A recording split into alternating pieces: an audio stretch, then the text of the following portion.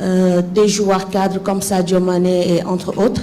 Aujourd'hui, en tant que membre de la fédération, vous ne pensez pas que donc cette décision d'amener une équipe à prime risque de détériorer un peu la relation qui existe entre les deux fédérations? Et je vais rajouter une question à la question renvoyée au directeur technique national.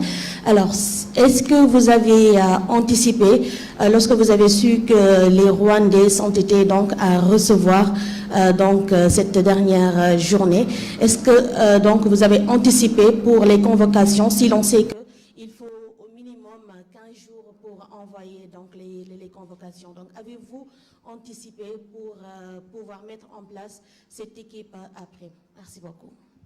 Bon, maintenant, je pense que le DTN peut enchaîner pour ses réponses. D'accord. Donc il enchaîne. Merci Soda. Je pense que ça n'aurait pas été peut-être un débat, parce que j'estime très sincèrement, comme Alu l'a dit, qu'il y a une opportunité, en tout cas, qui s'est présentée à nous par rapport à une politique de la DTN et de la fédération et une volonté affichée de mettre en place cette équipe après. Je pense que depuis un certain nombre d'années, vous remarquez que nous travaillons dans la progression de nos entraîneurs en catégorie. Malik Daf avait eu U17 et après il est allé en U20. Aujourd'hui, naturellement également aussi, Malik va aller en équipe locale. Il va monter son groupe. Mais également, Pape Thiaw également va monter également aussi en équipe U23 ou équipe locale ou équipe après. Et il en a même également pour Saliou, après la Coupe du Monde, également de monter en U20. Ça, c'est une volonté qui est affichée. Et aujourd'hui, on a une opportunité qui se présente à nous. Comme il l'a dit, c'est vrai qu'aujourd'hui, les Rwandais peuvent attendre une équipe du Sénégal, composée de Sadio Mané, mais ce sera une équipe nationale du Sénégal qui sera présente.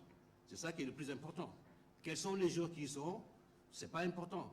Le Rwanda jouera. Est-ce que nous, on s'intéresse aux joueurs des Rwandais? Non. C'est une équipe du Rwanda qui sera en face de nous. Maintenant, pour dire simplement que la raison principale aujourd'hui, c'est que notre politique de progression de nos joueurs et également aussi de préparation de nos joueurs dans la compétition, elle est importante. Nous avons beaucoup de joueurs aujourd'hui qui tapent à la porte de l'équipe nationale. Il est vrai, à lui ne peut pas convoquer 60 joueurs, ce n'est pas possible. Et aujourd'hui, quand on a une opportunité de ce genre, je pense qu'on s'y engage tout de suite. D'autant plus que, comme il a dit, le résultat il est déjà fait. Parce que nous sommes déjà qualifiés contre une équipe qui est éliminée. Donc c'est un match qui n'a pas d'enjeu en réalité. Mais pour lequel le résultat est important parce qu'en fait, nous n'y allons pas avec des armes à la baisse. Non, nous allons pour jouer un match de qualification pour la 6e journée. Je crois que ça c'est important. Ce n'est pas parce que nous avons pris ce groupe-là pour aller simplement pour meubler. Non, on ne meuble pas. On va dans la compétition. Je pense que ça c'est important de le relever. Maintenant, c'est vrai, les relations entre le Sénégal et le Rwanda, je ne pense pas, parce qu'en réalité, nous ne sommes pas obligés quand même de dire effectivement que nous allons amener telle chose. On aurait pu y aller sans Sadio Mané, ni Kalidou, ni extra. On aurait pu y aller. On n'est pas forcé de les amener parce que simplement les Rwandais veulent les voir. Si les Rwandais veulent nous voir, peut-être qu'on aura l'occasion d'organiser un match de gala où effectivement on sera à Dakar ou à Kigali et pour le jouer. Et on aura tous les stars de l'équipe pour jouer. Voilà ce que je veux dire. Merci. Mais je pense qu'il a répondu déjà à la question posée à Cher. Merci beaucoup. Je me reconnais entièrement dans les propos de Mayacine, qui a répondu parfaitement à la question. Je ne pense pas qu'il y aura un problème entre le Sénégal et le Rwanda. C'est un choix, c'est vrai, technique d'abord, parce qu'on ne peut pas faire déplacer l'équipe en 72 heures. Le match du Rwanda est aussi important que le match de l'Algérie. C'est vrai qu'on est déjà qualifié pour la CAN. On respecte le Rwanda, on le respecte. On le respecte parce qu'aussi, nous, notre credo, c'est de respecter l'adversaire, quel que soit le pays avec lequel on joue. Je pense que Mayacine a entièrement répondu à la question pour les deux. Merci beaucoup. Voilà. Merci beaucoup. Il y a quelqu'un qui, oui, là ce sera la dernière question en français avec le coach et on enchaîne en Wolof. Allez-y. Bonjour coach, je m'appelle Moustapha Toumbo de Sénéweb. Alors ma question concerne les Marseillais de l'équipe nationale du Sénégal et plus particulièrement les 2 des 3 sélectionnés, à savoir Iliman Ndiaye, Ismaël Assar et Pape Gueye. Alors il y en a qui souffrent le chaud et ceux qui souffrent le froid et ceux qui ne souffrent pas. Iliman Ndiaye, par exemple, son transfert de Sheffield à Marseille était plein d'espoir, mais en à peine 5 matchs, il est sous les feux des critiques. Tout le contraire de Ismail Assar, qui fait de belles prestations et qui attire des louanges, et Pape Gueye, qui ne joue pratiquement pas depuis le début de saison. Avez-vous eu à échanger avec ces joueurs, et concernant plus particulièrement Iliman Ndiaye, avez-vous échangé avec lui son état de forme mentale et psychologique, en fait, Pape? Merci. Oui, trois Sénégalais à Marseille, même si, bon, Marseille, c'est pas mon équipe préférée. Hein. Moi, je suis plutôt parisien, quoi. Donc c'est difficile pour moi de parler de Marseille, mais je vais parler des joueurs qui évoluent à Marseille. Non, Iliman, je n'ai pas d'inquiétude. Aujourd'hui, Marseille, tout le monde connaît le Vélodrome, tout le monde connaît la mentalité marseillaise. Jouer, évoluer à Marseille, ce n'est pas seulement avoir les qualités footballistiques, c'est au-delà de ça. Donc,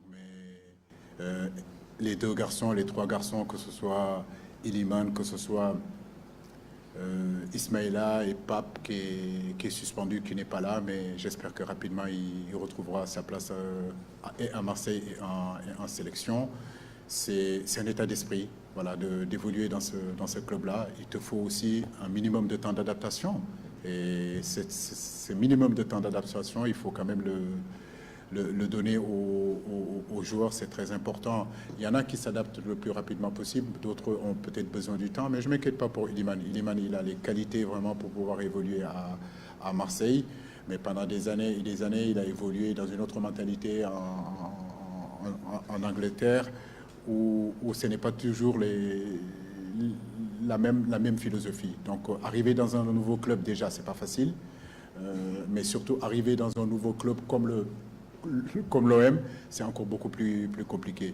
Mais quand on parle de qualité intrinsèque, quand on parle de qualité footballistique, je suis sûr et certain que nos trois garçons qui sont là-bas auront leur mot à dire. À eux de s'accrocher. Dans le football, il y a aussi des moments difficiles, mais il ne faut pas non plus mettre les charrues avant les bœufs. Quand on arrive dans un club aussi, il faut s'adapter, et Iliman va s'adapter rapidement. Je ne m'inquiète pas du tout pour ça. Merci beaucoup, coach. Bon, écoutez, une main se lève encore. Bon, ce sera la dernière, hein, s'il vous plaît, en français, puisqu'il faut qu'on enchaîne en Wolof également.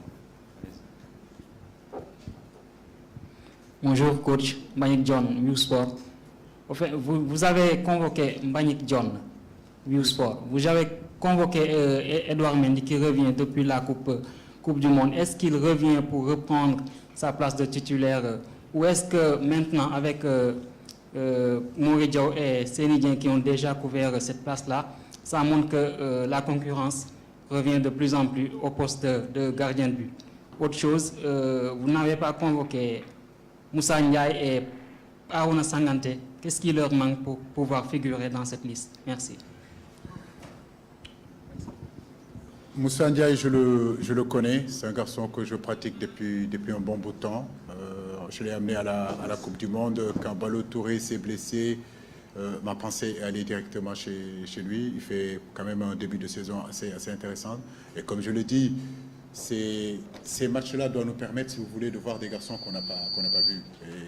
Et vous verrez aussi, au niveau de la composition des équipes qu'on aura aussi, il est important, si vous voulez, de voir. En fait, on est en phase de préparation pour la CAN, pour la liste des 23 qui vont arriver.